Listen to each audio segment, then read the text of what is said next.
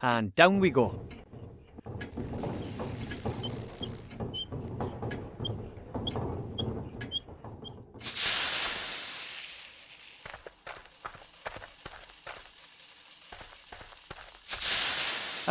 Excuse me, Colonel Grandad?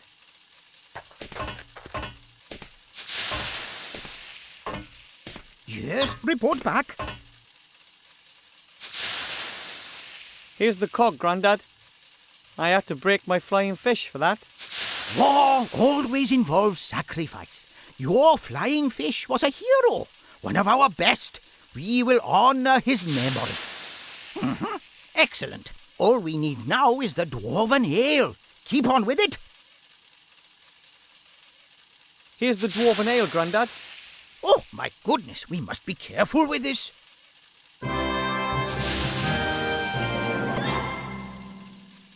Now I have everything I need. It won't take long now.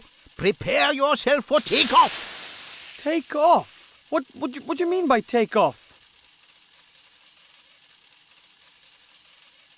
That's what you meant by take off. Absolutely. I've aimed her at the town of the humans. Betsy, too, was, of course, designed to shoot grenades. But I'm confident that she'll get your capsule there, too. Confident? Get me out of here. Please, Grandad. Listen, my boy. I'm proud of you. You're doing something very brave. Here, Wilbur. I'd like you to have these. Your old aviator goggles. Oh, Grandad, I didn't think... Too slow, my boy. Fire! Good luck.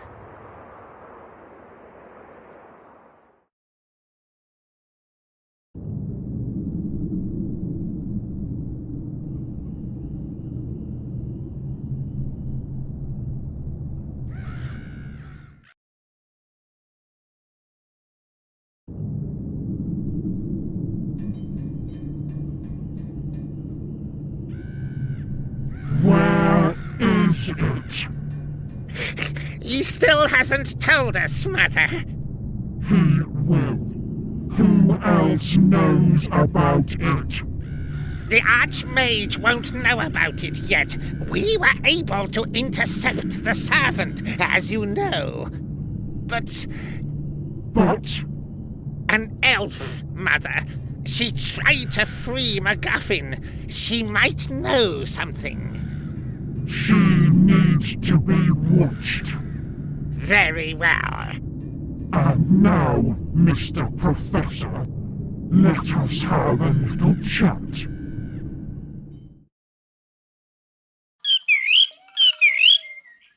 Oh well, no problem.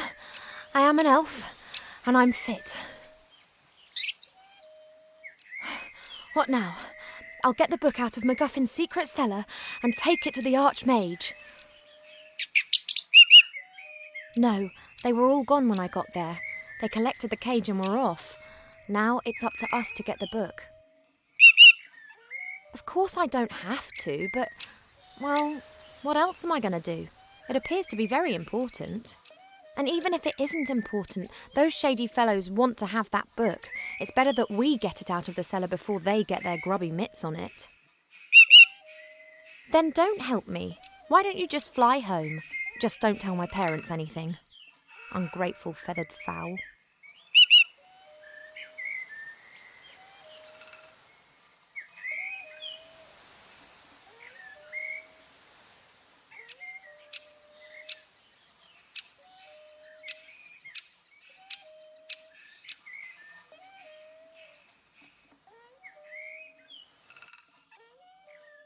The groundwater is only a few metres down in this region. Presumably the well isn't very deep.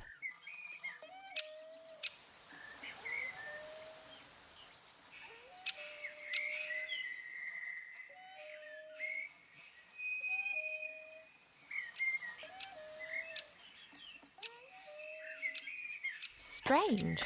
Someone's fitted a wooden shutter in front of the little window. Looks like the shutter can be opened. It's pretty high up.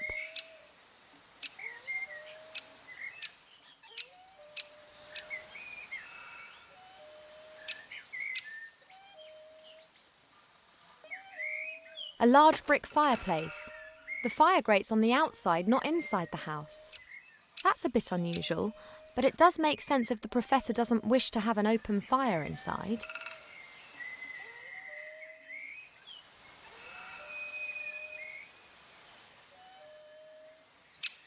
I'd say this is a pretty basic millstone. Grain is tipped into the hole above, and you then turn the upper stone. The flour then comes out of the side.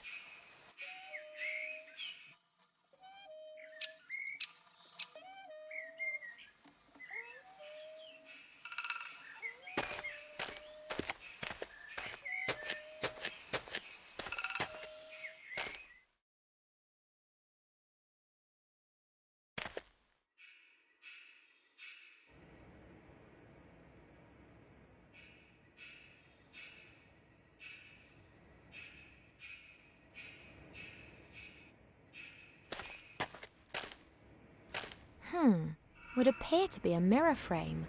There are still a few broken shards of the old mirror around the edges. The mirror's turned so it reflects the fireplace. Strange.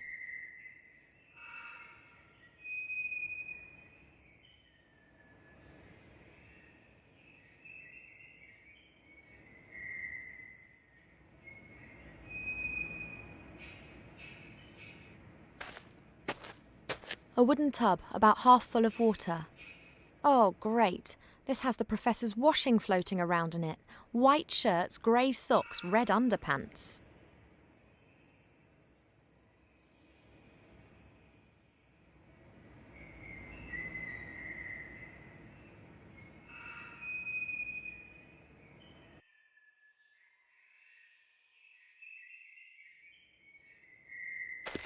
What's that? A box with some kind of glass eye. It seems to be hanging directly in front of the gable window. I haven't got a clue what it's for.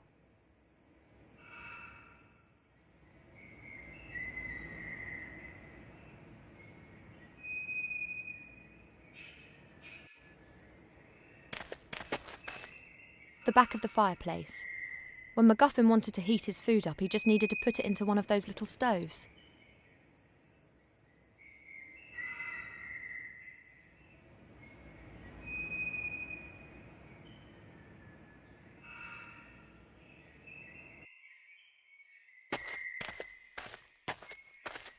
A carpenter's cup. It looks old.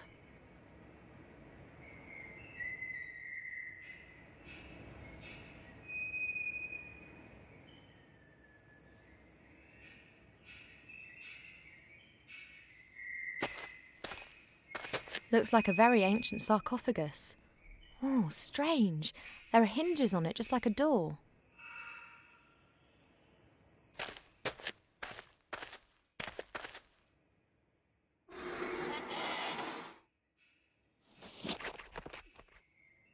Shame. Just a stinky mummy. What have we here? What are you doing, Mortimer? What the... Did you just speak? You speak? Me? No. Well, yes, you do, quite obviously. What is obvious? That you can and do speak. But of course. But you just said that you didn't. Why are you being so strange, Mortimer? I'm not Mortimer. Where is Mortimer? You mean MacGuffin, the Gremlin archaeologist who lives here, yes? What? Mortimer. Yes? You're called Mortimer? No, of course not. I think we're finished with this conversation. I think you are slowly losing your marbles, Mortimer. Presumably the sarcophagus lacks oxygen.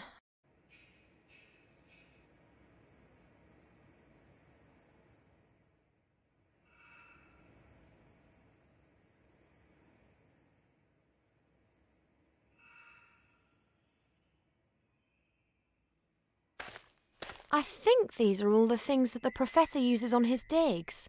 A brush, a little shovel, a sieve.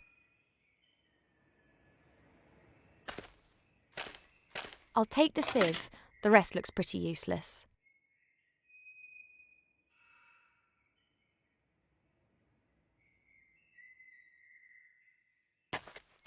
A large handwritten book. It looks like it's been used a lot.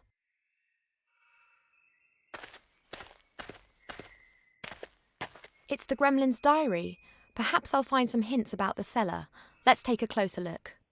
Who would have ever thought that it would fall to someone like me, an old archaeologist, to stop this madness? And I didn't find the key to it on one of my expeditions, not in dark dungeons or in fiery mountains. Oh no, I discovered the answer in an old book.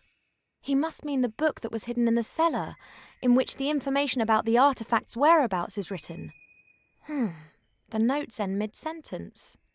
I wonder why I haven't heard anything from Archmage Alistair yet. I sent Beetle out with a message for him yesterday morning. I hope nothing has... That was the last entry. There are others before it.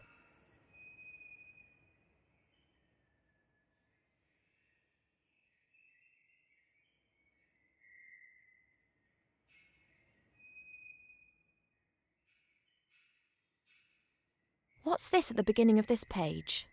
Today I have been examining the books that I brought back from the Grindle Mountains. Amongst them was a book about herbs and tinctures.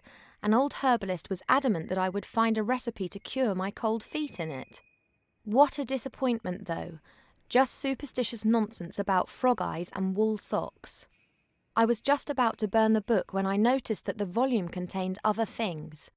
A disturbing tale of a tragic relationship between a magician and his pet sheep Boris, as well as a travel log written by a fairy explorer. The travel log described how the explorer landed on an island in the West Seas whilst searching for undiscovered fairy tribes. He created several very beautiful sketches of the temple ruins that can be found on that island. I will use these to entertain myself and translate the runes he drew. The next entry was made 2 days later. It's only barely legible. The Gremlin appears to have been very excited. It must be the entrance. The wrath of the gods caused the temple to sink into the ocean, of course. But not all, not all. Ye gods, my hands are still shaking despite the fact that Beetle made me a calming herbal tea before he left. Good old Beetle, he has obviously got no clue how significant my discovery is. I have sent him to Master Alistair, the Archmage of the Humans. He is to hand him a sealed letter. Tomorrow Master Alistair will arrive, and I can unburden myself of this terrible responsibility. I will not be able to sleep a wink. And next there's the last entry that I read out before. There's nothing else there.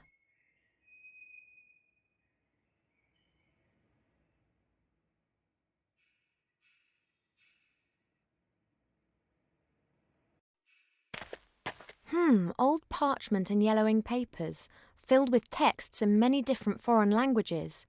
Adonisham Western, Quenya and Sindarin, and technical drawings in Kuzdul.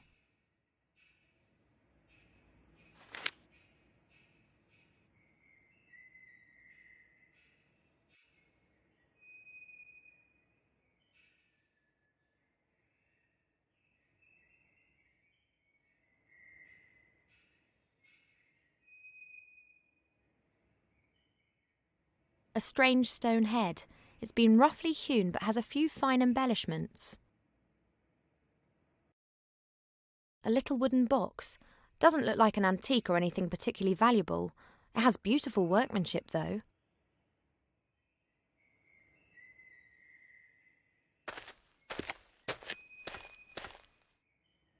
It's locked.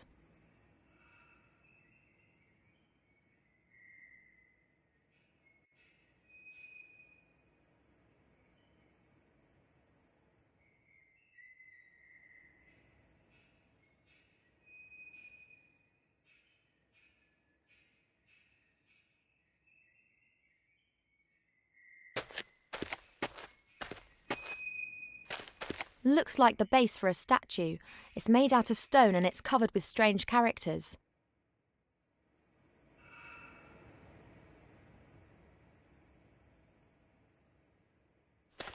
A stone casket placed in a wooden box. The box looks very cheap. It could be one of those storage containers. The stone chest is decorated with 2 angels and has writing on it too. I can't read it.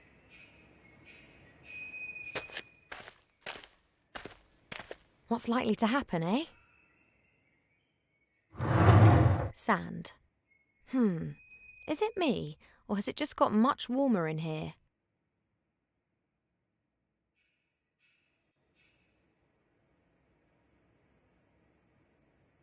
The chest is filled to the brim with fine sand. I haven't got a clue what else might be in there. I can hardly sift my way through the sand with my hand.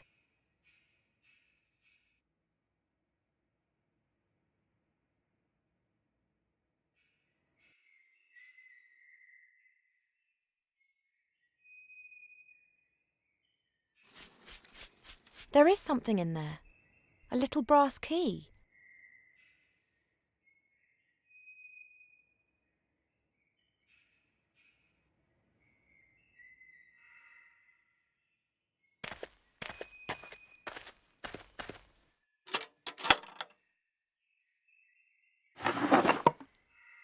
Let's see.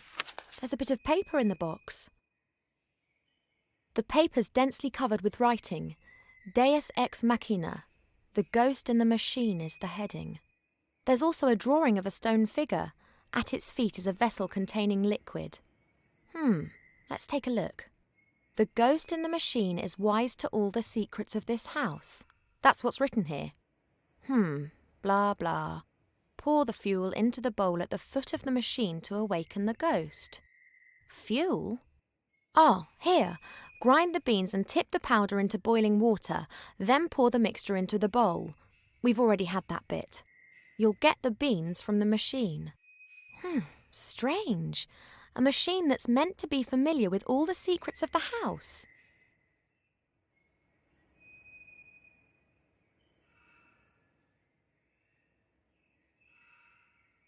Wait, there is something else. There's a 6-sided flat stone hidden under the paper. It has something a bit like a knob on the top of it.